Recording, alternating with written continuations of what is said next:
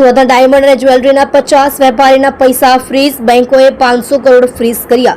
Cyber ફ્રોડના નામે પોલીસની દર દિવાળીની હરકત સામે રોષ।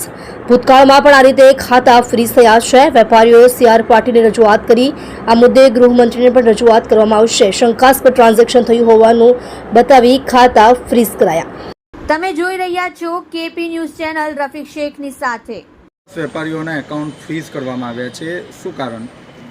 ભારત સરકારે ખૂબ સારા આશય સાથે એક કાનૂન પાસ કરેલો સેન્ટ્રલ ગવર્મેન્ટની અંદર કે ત્રાસવાદીઓના પૈસાને ટ્રેક કરવા માટે પોલીસને પાવર સત્તા આપવામાં આવેલી કે કોઈ પણ વ્યક્તિનું શંકાસ્પદ એકાઉન્ટ લાગે તો એમનું એકાઉન્ટ સીઝ પણ કરી શકે છે અને ટ્રેક પણ કરી શકે છે।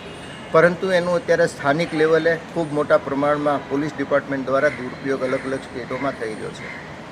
ગઈકાલે 50 કરતાં વધારે વેપારીઓના 3 સ્ટેટની અંદર 500 કરોડ કરતાં વધારે એમાઉન્ટ સીઝ કરવામાં આવ્યું છે। એમાં મુંબઈની અંદર, મહારાષ્ટ્રની અંદર એક જ પોલીસ સ્ટેશનની અંદર 29 લોકોના 300 કરોડ રૂપિયા સીઝ કરવામાં આવ્યા છે।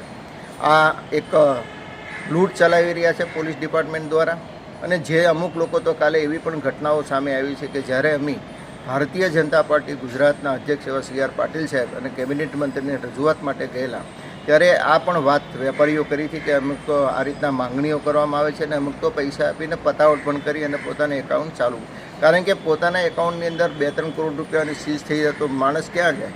સામી દિવાળી આવા બધા પ્રોબ્લેમ અને એનો લાભ અત્યારે આ ડિપાર્ટમેન્ટ દ્વારા લઈ રહ્યો છે।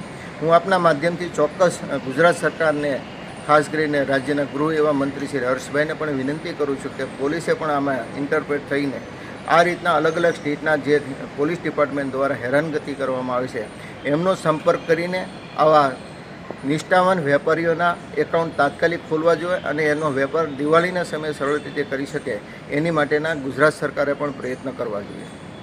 હવે પેલી 50 વાળી